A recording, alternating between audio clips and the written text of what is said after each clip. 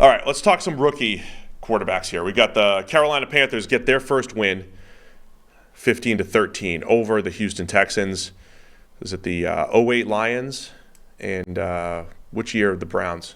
Who popped the champagne here for winless teams?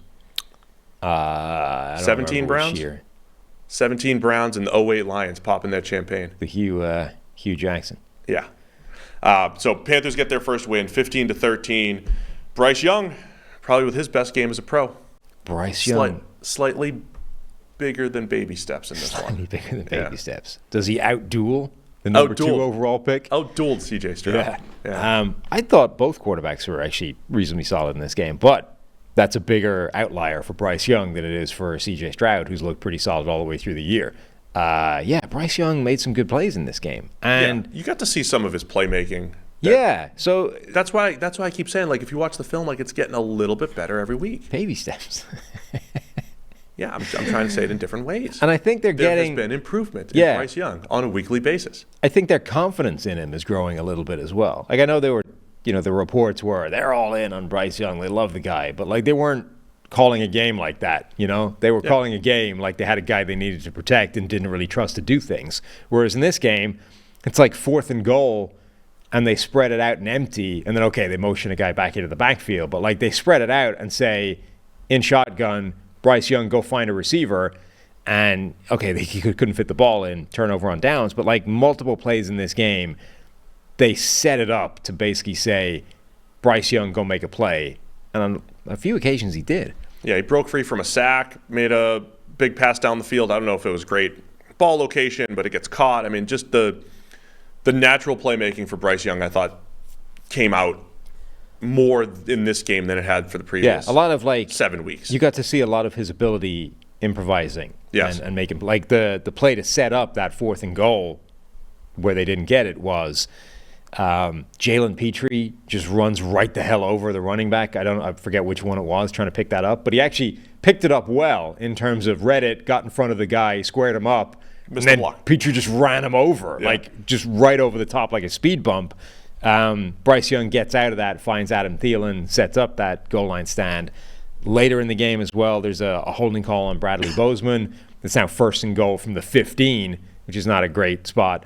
Bryce Young gets most of it back, like the very next play, scrambling out of the pocket, finding Adam Thielen across the middle, I think, again. And then that series ends up in a touchdown. Like, he was able to dig himself out of some ugly situations in a way that hadn't been the case earlier in the year. And one of Bryce Young's better throws gets dropped on a 33-yarder down the field after he scrambled out, hits DJ Chark in the hands. So it was much better from Bryce Young perspective. Yep. Low-scoring game, as we know, is 15-13. Carolina was up 12-7. The Texans come back. QB sneak by Stroud. Good sneak.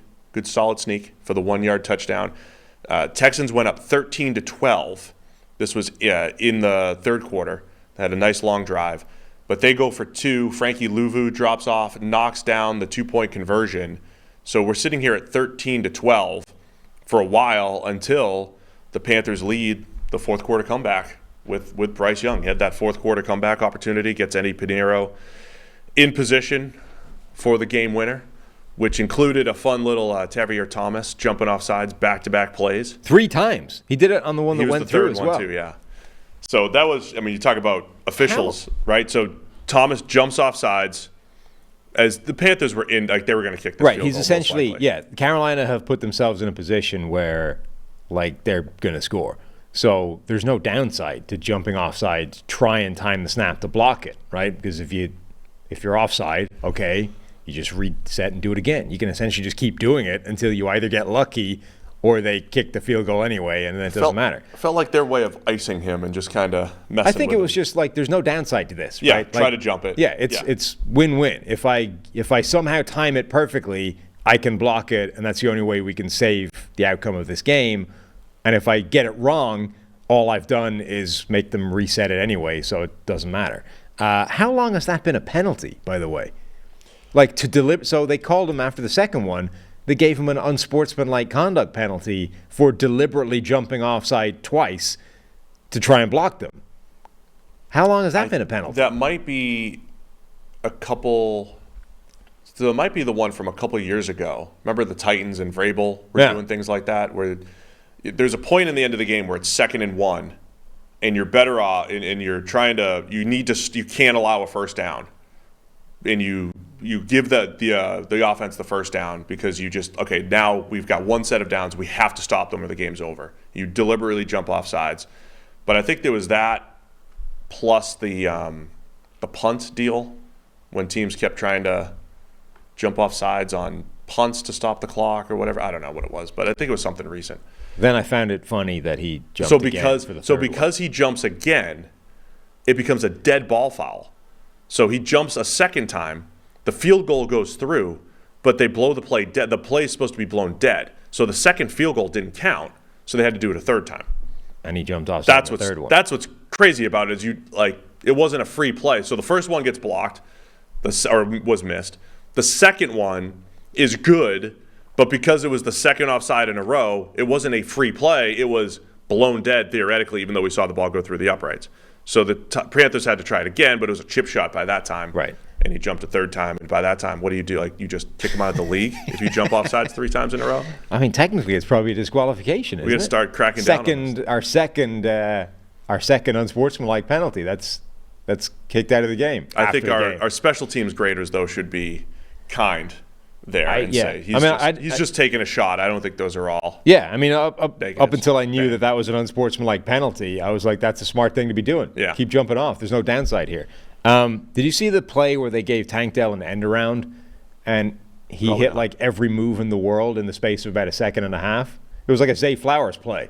He hit like all of the buttons on Madden at once and did this like spin, juke, like twirl thing at a different speed than other humans work at. It only got him like 8 yards or whatever, but it looked amazing when he did it. Yeah, you always pull out the best plays in the analysis. So Panthers 15-13 win. By the way, Bryce Young was also sacked 6 times, 2 others that were negated. I mean, he was under heat. Jonathan Grenard, unbelievable game for the Houston Texans.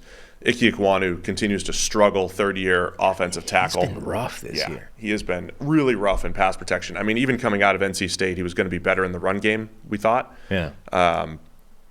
But you'd think he was going to progress a little bit more than he has from a pass pro standpoint. Panthers were pretty solid other than that in pass protection. But, yeah, Jonathan Grenard had a game for the Texans. Just wanted to highlight that. So Panthers moved to 1-6. Texans 3-4.